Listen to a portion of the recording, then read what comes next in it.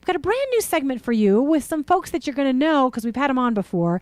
They have incredible parenting tips. I will often re-listen to things that they say when I bring the tape back home. I'm talking about Anne Wiggins and Linda Williams, who wrote a book called Parenting from the Heights. They come to ChannelMom and they do what we call the Behavior Makeover. It's ChannelMom with Jenny Dean Schmidt. We're here for you. Hello, this is Amy Knapp. My husband, Dr. Phil Knapp, and I own Chatfield Eye Care. We've chosen to sponsor the Behavior Makeover segment with Anne and Linda because we're committed to helping parents learn effective, godly methods for raising their children. I think a lot of parents come at parenting from a defensive position. I think of the offense and a defense on the football team. You know, it's a difficult place to be parenting from. You're going to talk about flipping that. Why don't you just tell me what you mean? I think in the culture that we live in, parents are very concerned about raising children that are very, very safe. And I don't mean like bicycle helmet safe and not getting kidnapped safe, but just safe from any discomfort. They are almost like bubble children, and very safe and very happy. And when you parent with that in the forefront, you are going to be doing defensive parenting because your main goal is to keep your child comfortable and happy and have everything smooth going all the time.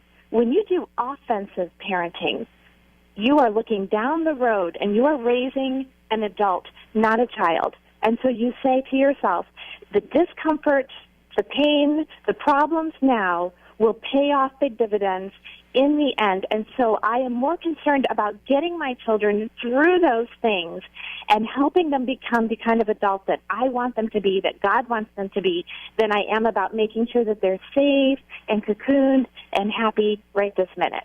Let me give you another example that might help. This morning, my daughter slightly overslept because she was really tired. She's a junior in high school, and she'd had a great weekend, lots of church activities. It was all good, but she had gotten to bed too late. She never does this, but she rolled over and she said, "Oh, Mom, can I please go in a little late today to school?" Now, defensive parenting would either allow it or say, well, no, because you really need to be in your classes, and start explaining like short-term sort of reasons why, which she would have automatically said, no, I don't need to be in my classes. We're not doing anything important. Or if I said, no, I have your breakfast ready. Come on, no, I'll eat up my breakfast later. So giving short-term reasons is kind of defensive. So I didn't do that. I just said, Noelle, you have to get up. Get up. So she did, and with a, sad but a good attitude. And when she came down for breakfast and she was awake and, doing okay, I then took the opportunity, because I knew she was all right, to say, let me tell you why I didn't let you go in late today. Because someday, again, looking down the road, you're going to be at college and you're going to have an early class after spending half the night working on a paper, and you're going to have to get up and get to that class.